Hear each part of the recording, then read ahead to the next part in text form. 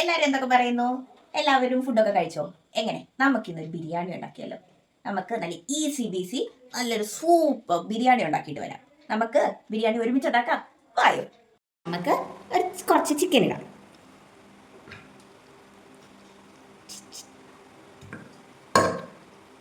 രണ്ട് leg piece, ഒന്നെൻ്റെ അനിയത്തിയുടെയാണ്.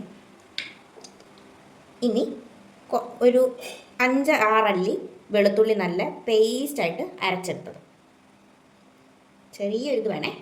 പിന്നെ 1 സവോള നല്ല എണ്ണയിൽ നല്ല ബ്രൗൺ കളറിൽ വഴറ്റിയെടുത്തത്. ഇത് നമുക്ക് നല്ല ഫ്ലേവർ കിട്ടാൻ വേണ്ടിയാണ് ഇത് യൂസ് ചെയ്യുന്നത്. 3 തക്കാളിക്ക, ഇത് ചെറിയ തക്കാളി ആയതുകൊണ്ടാണ് ഞാൻ 3 എടുത്തത്. ഒരു ഇച്ചിരി വലുതാണെങ്കിൽ 2 എണ്ണം മതി. കളർഫുൾ ആയിട്ടുണ്ടല്ലേ. ഇനി 1 പച്ചമുളകേ ഞാനിവിടെ എടുത്തിട്ടുള്ളൂ. നല്ല എരിവുള്ള മുളക് പൊടിയാണ് ഞാൻ എടുക്കുന്നത് കൊണ്ടാണ് 1 പച്ചമുളക് ഇതിനകത്ത് എടുത്തത്.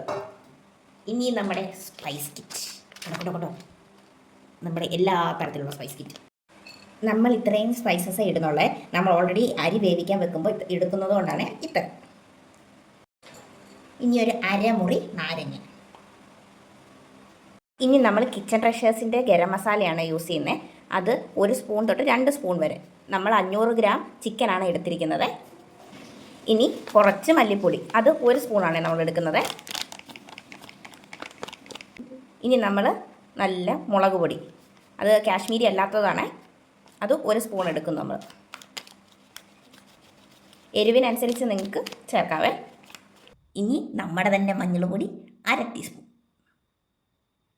അങ്ങനെ നമ്മുടെ പൊടികളെല്ലാം ആയിട്ടുണ്ടേ. കണ്ടോ, നോക്കൂ, നിങ്ങൾ കാണുന്നുണ്ടോ? ഇതിനാവശ്യമായ, ഈ ചിക്കൻ ആവശ്യമായ ഉപ്പാണ് ഞാനിവിടെ ചേർക്കുന്നത്. പുളിക്ക് ആവശ്യമായ തൈര് ഇവിടെ ചേർക്കുവാണേ. അവരവർക്ക് ആവശ്യമായ തൈര് ഇവിടെ ഞാൻ 3 തൊട്ട് 4 ടീസ്പൂൺ വരെ തൈര് ചേർക്കുന്നുണ്ട്. ഇനി നമ്മൾ നെയ്യാണ് ഇവിടെ ചേർക്കുന്നത്. 1 സ്പൂണ് അല്ലെങ്കിൽ 2 സ്പൂണ്. ഓ, ആ നെയ്യ് വീണത് കണ്ടോ ഗൈസ്. അങ്ങനെ നമ്മുടെ ചേരുവകളെല്ലാം ചേർത്തിരിക്കുന്നു, കണ്ടോ, ക്ലോസ് ടൈം ഷോട്ട്. ഇനി നമുക്ക് ആവശ്യത്തിന് എണ്ണ. ഇനി നമുക്ക് കുറച്ച് ചൂടുവെള്ളം.